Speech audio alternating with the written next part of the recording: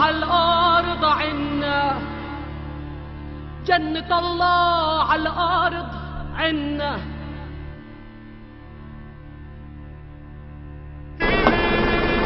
Well, he's not letting us enter Bethlehem here at this entrance, so we have to go around through Beit Jala. Oh, and they've closed this as well.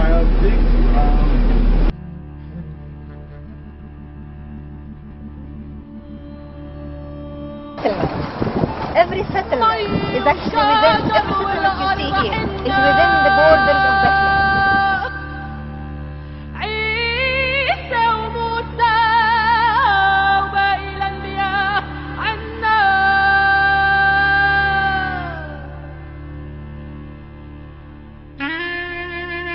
It's going to take this forest, which is the only remaining recreational forest in Bethlehem. And when I told you that the wall confiscates most of our landmarks, this is one of the landmarks that the wall is going to take from Bethlehem.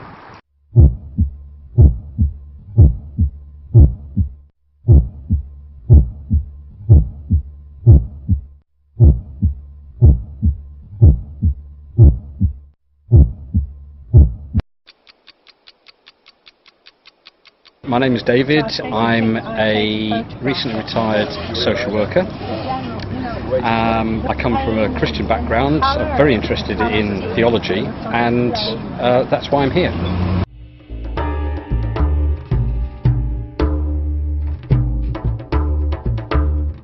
My name is Osama. I am the youth project coordinator at WIAM Center. One of our main projects is Solha, conflict resolution. I'm Frank, and I'm here because I've been interested in the Middle East and the Palestinian-Israeli conflict for ages. Paola, I come from Turin. I'm the only Italian in the group. Yeah. Linda said George and Rishmawi. I'm one of 30 George Rishmawis in that Sahur. To focus on one word in that kind of meeting or dialogue is that it's a human-to-human interaction on equal basis.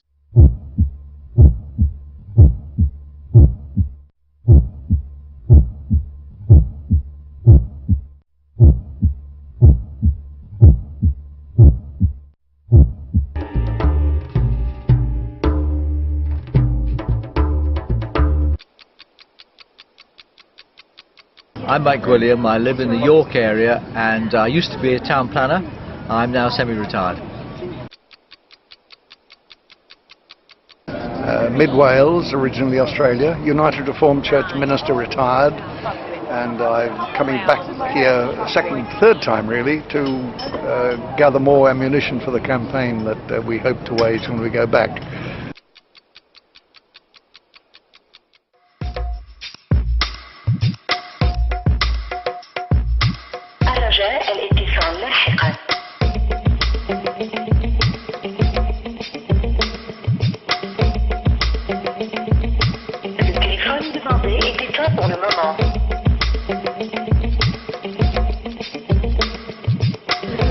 I'm Hazel from Mid Wales.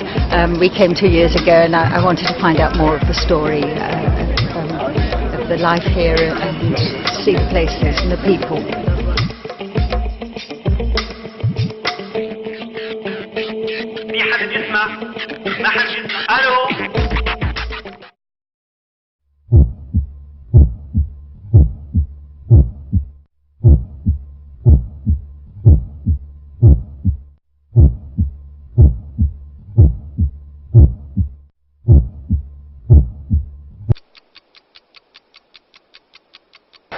My name's Adrian.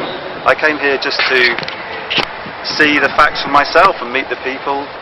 What job do you want to have in the future? What ideas do you have about a job when you're older? I am a teacher. A teacher? Yeah. Fantastic. My name's Jenny Lynn. I'm from Halifax. And this is the second tour that I've been on with Linda. I came 2 years ago because I'd always had a bit of a thing about Palestine and Israel. My name is Catherine Phillips, and my interest in the Middle East was sparked when I lived in Jerusalem as a child, and I want to return on this tour so I can experience it firsthand again and get to grips with the conflict.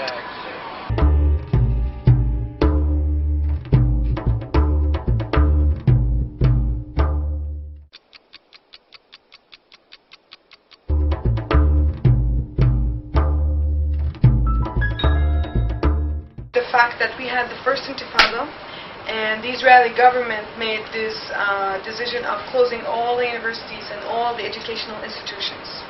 So at that period there was no education given to the Palestinians, whether in schools or universities.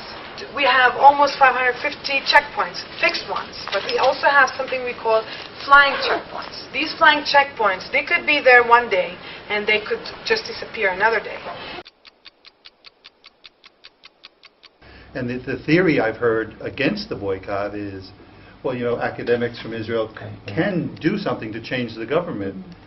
And so I said to them, well, for the last 3 years, can you list what the academics from Israel have done?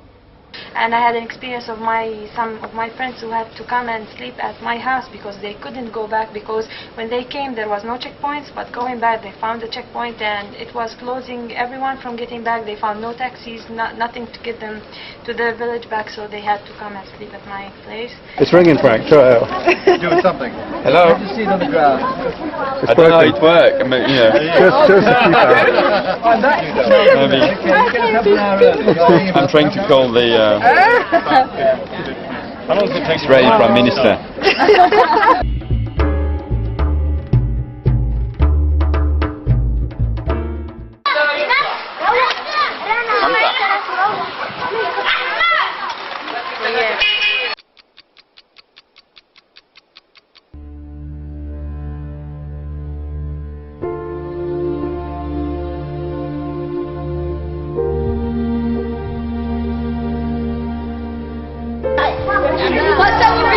شوف هات شايف وانا بكرب انت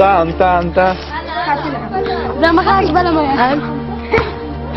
اسمع هاب غميان هاب زي ما مش لك غير تسويها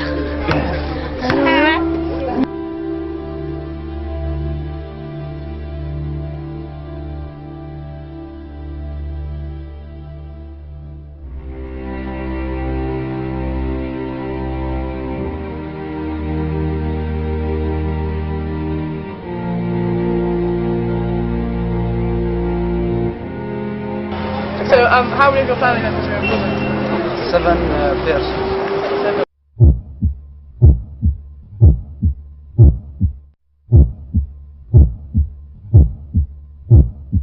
The fact that people can come in, arrest 18 and even younger, like 14 was the age he gave, and then they could just be in prison for a decade. Like, to me, as an 18-year-old, I just can't quite understand that someone would put me in prison and I'd be in prison for 10 years from now. Like, I couldn't understand. At the moment I still do feel like a child, and when you said people even younger than me would be in prison, and even solitary confinement with like no other contact with anyone else for no reason, it just seemed unjust that no one knew about this.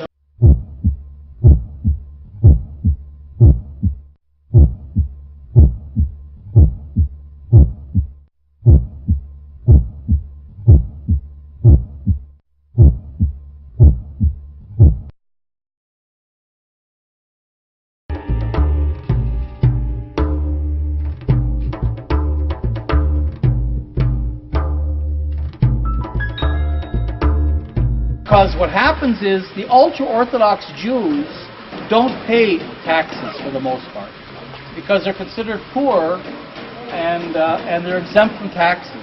So it's the Palestinians and the secular Israelis like me that have to make up the difference. What's happening is the secular Israelis are fleeing the city.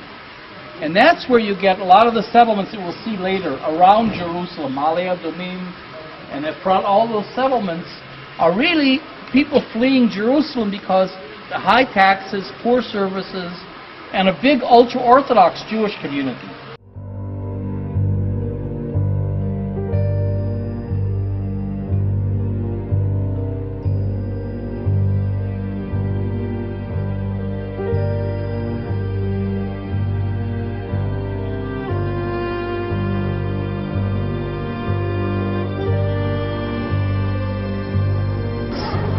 Petty Kolek and the Israeli army came in. Kolek was the mayor, and without any authorization whatsoever, they demolished the entire neighborhood.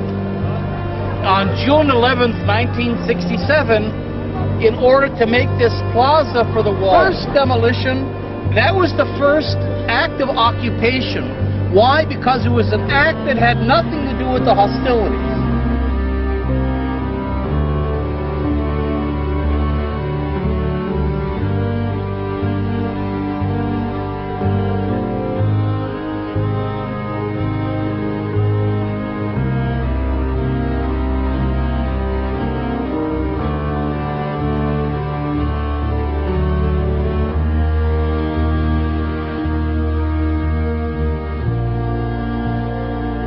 Encouraging and I'm helping Arab Muslims that live in Jerusalem to leave the city. The guy that, now Aryeh King has a company. What he didn't tell you was he works for this guy Moscovich, Erwin Moscovich. And there's a website you can look up that's out of California called Stop Moscovich. So that's who Aryeh King works for. And these are the kinds of settlements that Moscovich is funding.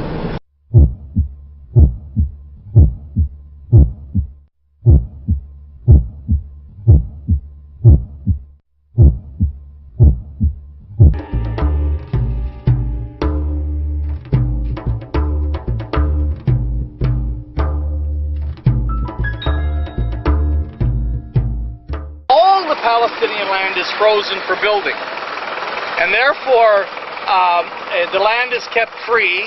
Those that do build, because they have to build illegally and can be demolished. You know, a couple figures. First of all, 22,000 demolition orders. Okay. Second of all, there are 25,000 housing units lacking in the Palestinian sector of East Jerusalem. In other words, the city itself says there should be 25,000 more housing units just to meet the minimal needs of the Palestinian population. It doesn't mean they want to... I mean, it's an artificial shortage. Built inside Abu Dis, like we saw, because the Israelis never go there. Rather than building it between Israelis and Palestinians, the problem there is Israelis see it. So you build it deep inside Palestinian areas, which kind of goes to show that security really isn't the issue. This wall is more than twice as high as the Berlin Wall. The Berlin Wall was 12 feet high. This is 26 feet high. And it's 5 times longer. It's called Beit Arabiya. You'll meet Arabiya, who's Salim's wife, whose house this is.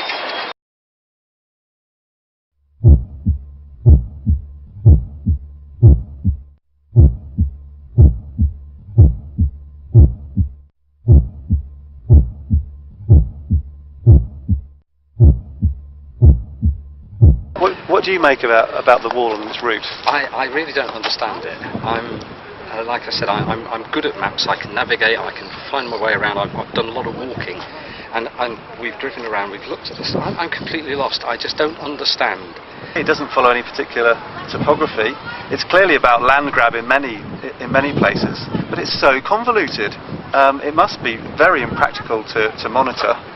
I can't see that it serves any security function, but I can see that it creates enormous pressures within community. Just ADA, Ada Gorni, but you call me Ada. I'm a member of the women's organization for human rights, which is called Mahsom Watch, which Mahsom means checkpoint. Walking into that little village settlement. What it's actually about, of course, is control. What are they preventing? It's about control and humiliation. It's not about security at all.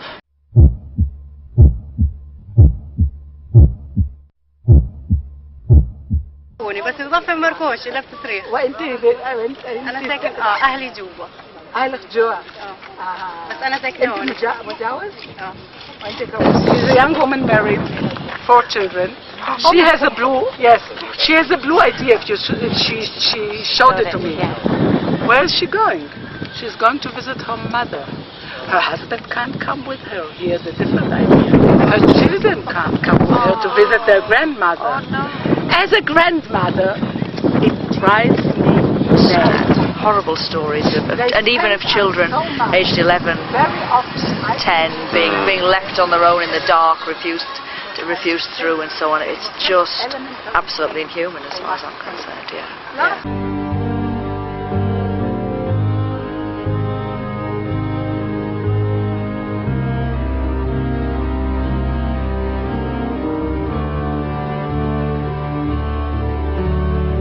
What do you make of this?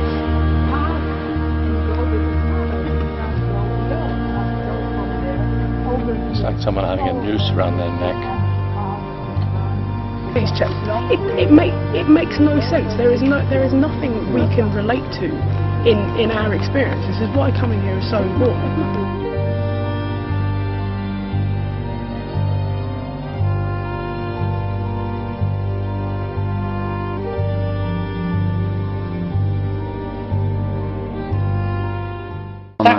That soldier looked as if he was ready. I think I said this to somebody. He looked as if he was ready for the Third World War. Yeah. I mean, he's got so much kit on him, hasn't he? Because we've seen some of the other guys, you know, and they've just got a kind of a gun. This guy got a gun and a dagger, and he's got bits and pieces all, and a backpack. I don't know how they keep so restrained. Yes. And what Salim was talking. Nobody seems to ever give them any credit for is how they put up with these frustrations for so long. Yes. With such equanimity. Yeah. Really think, and I think the Jewish people in the group, and there's only 3 of us, but I think we really. I think we really. I mean, it's just very difficult because I can also see the other side. That Settler was going on about it was all because he was Jewish. I mean, that's absolute rubbish. Real Jewish values are humanity, respect for life, truth and justice. I mean, I was terribly affected by Ada, who I regarded the Israeli granny, who empathised with all the similar people of an age who couldn't see their grandchildren when they wanted to, and this sort of thing. And then it was the first time I felt I really could hardly take it when we were outside the village with the checkpoint that had camouflage on netting, as if they were in the middle of some war zone, and this chap, soldier, who was dressed as if he was going to fight a major battle.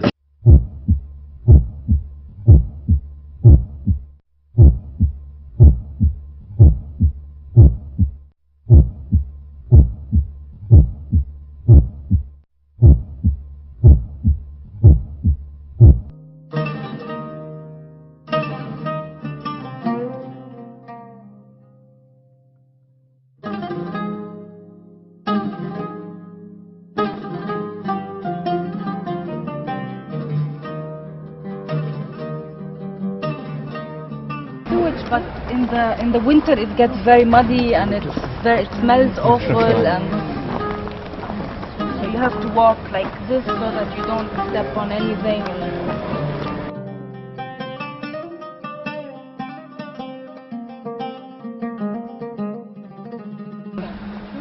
That one time, one woman told us is that when she went to one of the families who had their homes demolished, and she went into the family and she gave the little girl a piece of paper to draw on, and she said, you know, draw whatever you like, and the little girl, she drew a house that was that had blood coming out from it. So she said, the house is dead, you know.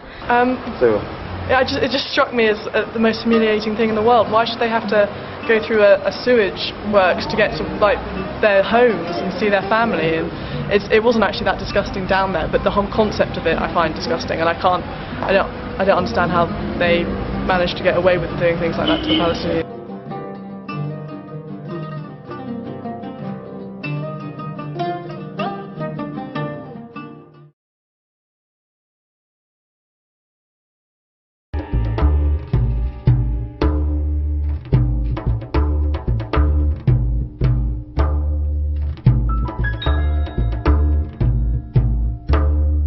Kind of a microcosm of the occupation.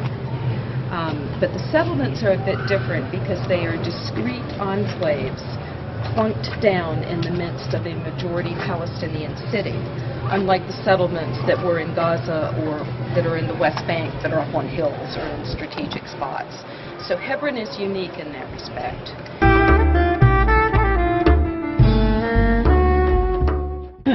The Hebron settlers tend to be the most ideologically radical of any of the settlers.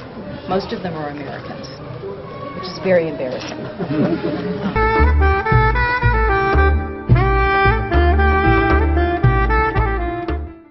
This is where the British politicians need to come to Hebron, to walk up and down the streets, to see the division, to see the way that, the huge injustice.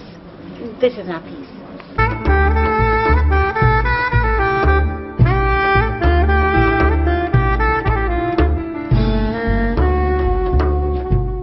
Living in Hebron for how many years? Month. 1 month? Yeah. And how many times in, how many more months to go? More months than I go. Okay. And what this is Eitan, very good guy. Hi, Eitan. Alright. How long have you been here? Here with me. Okay, 2 months. Okay. Yeah. And their friends come from home, out of the beach. I want to be home too. Where is your home? Where do you live? Near Tel Aviv.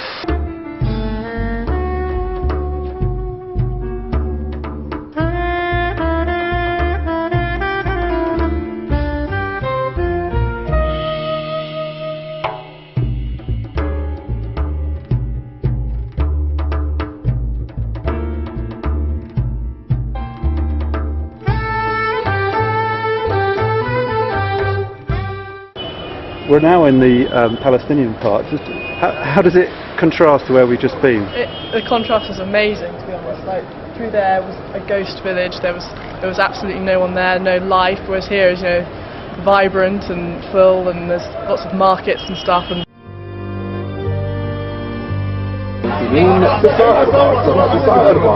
بإدارة الحاج سليم الشريف وإخوانه بعض السلطان.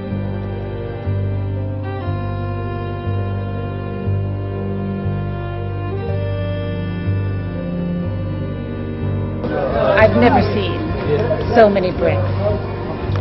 Man's inhumanity to man, real evidence of this. And these settlers do not see the Palestinians as human beings. They're seen as animals. Yeah.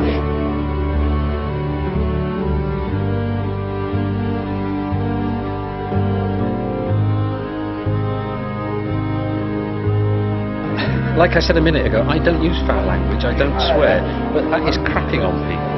That is just... I mean, what Linda said, man's inhumanity to man. I can't think of anything worse than having somebody throw rubbish on me.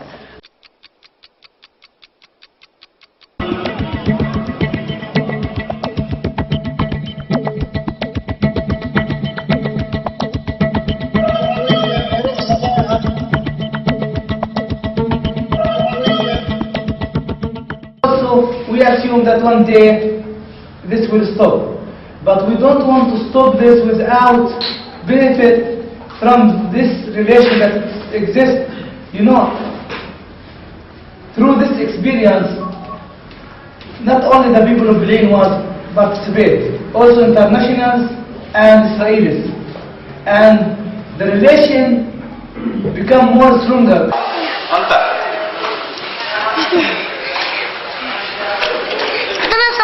شو اسمك؟ أحمد. أحمد. اسمي فرانك. فرانك. تشرفنا.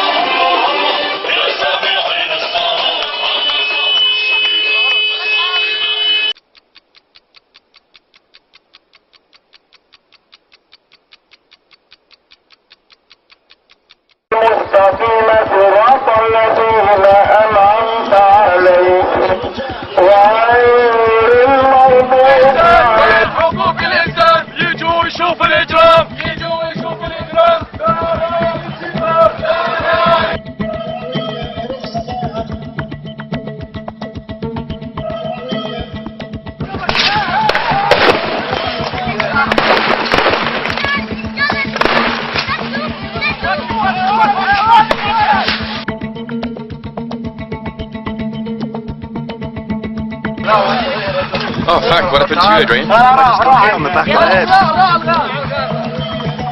with a tear gas thing. Can you have a look? Tear gas on your head? I don't know, something heavy. Yeah, you got, Is it okay? I mean, there's blood, but I don't know where. You were hit? Yeah. And you can't think when the gas goes in your eyes and you breathe it in. All you want to do is move as quickly as you can.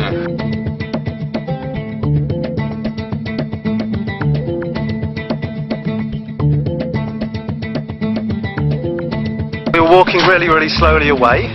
There was no provocation to begin with, and they fired tear gas. Then, as we were walking slowly away back to the village, they followed us, kept firing tear gas, and just then you could hear their firing live cartridges from their guns as well. And there's real panic. It's a really nasty situation.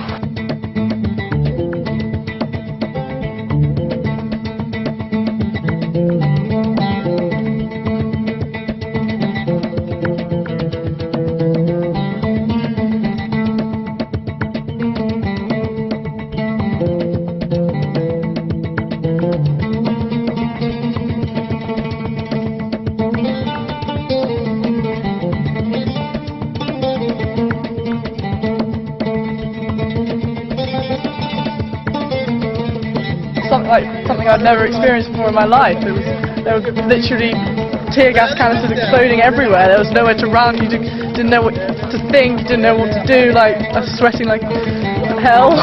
So tense, so anxious, so stressed. But then you see all these other people that do it every day, and you think, well, not every day, every week, and they have such persistence and courage.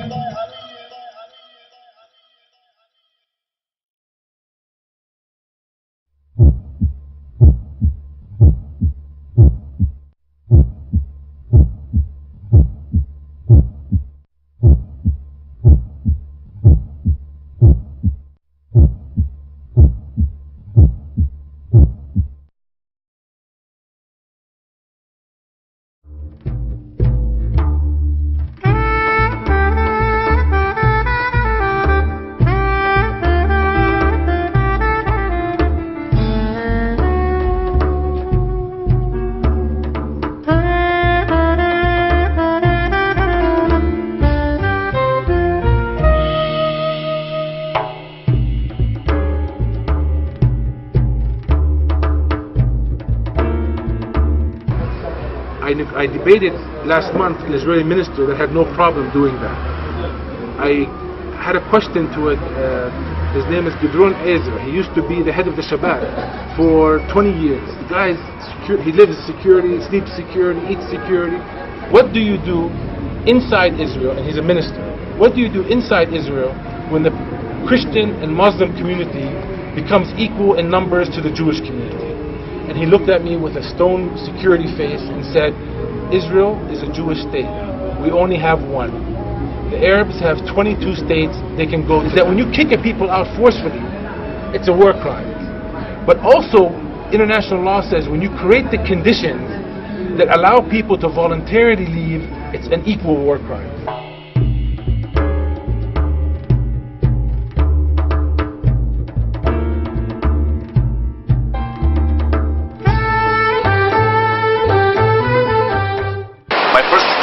Understanding was that I've never met a Palestinian.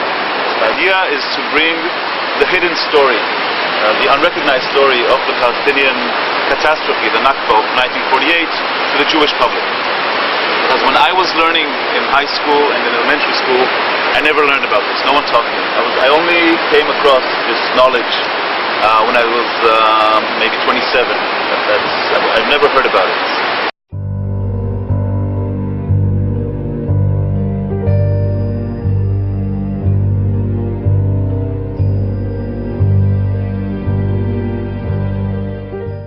I think one of the levers that is important we should be acting on to try and put pressure on the Israelis to change the terrible situation is actually by boycotting Israeli goods. You look for the 729 barcode, it's Israeli, don't buy it.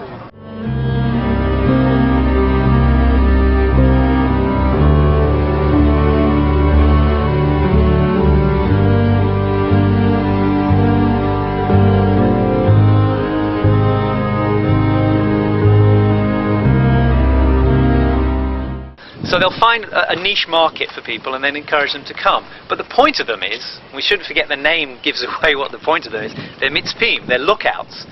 And what are they looking out on? Well, maybe we could say they're just looking out on the lovely countryside, but actually what they're designed to do is look out on the Palestinian villages in the valleys below. That's part of the reason you see the settlements sitting where they do, because they sit on the aquifers. And then Israel can claim that, oh, well, it's security, we need to protect the settlements. We also have to then have control over the water. Sever them from the land. If you can stop their farming practices, if you make it impossible for them to farm, because you haven't got water, you haven't got the ability to compete or distribution networks and so on, then you essentially stop that industry, that business. In Israeli law, there is no principle of equality. Right. There's a law that was passed in 1992, which is often called Israel's Bill of Rights, called the Basic Law of Human Dignity, Freedom and Human Dignity. In that law, there is no principle of equality.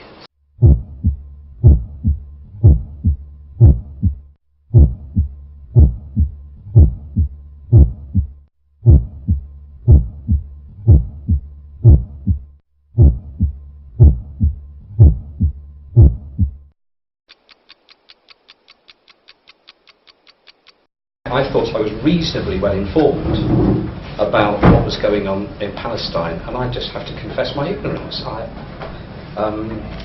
been overwhelmed by what I have seen. And I mean, for me, one of the comforting features is the number of Jews who are actually standing up and saying this is wrong. And I can see around Jerusalem the settlements which were being built are now there. And more are coming. So you can physically see what they call facts on the ground are happening at a frightening pace. And I believed when I came 3 years ago that two-state solution, it made me really question it. There is no question in my mind, two-state solution is effectively dead. Having children and grandchildren myself, one thing that really worries me is the effect that all this is going to have on the next generation. I said how gentle the Palestinians seem and how kind and friendly. But what will the next generation be like? The generation who's seen their fathers being beaten up at checkpoints and humiliated and yelled at them and cried and said, why don't you protect us? Will they grow up to be violent? And I think the fact that I'm Jewish is really, really difficult, because it's reminded me of stories that my dad used to tell me about being in Nazi Germany, because he's a refugee, and before the war, you know, in the Third Reich, and they took away all the rights from the Jews, and like his mother couldn't go to the theatre after a while because she was Jewish and she wasn't allowed in the theatre, and all that sort of thing. And it's really hurting. It's just really, really painful. I've heard the word hope used by a number of the religious workers here this time. The fact that they still retain hope, I find quite amazing. So it would be wrong of us to go home without a sense of hope, as long as these people here on the ground still retain it.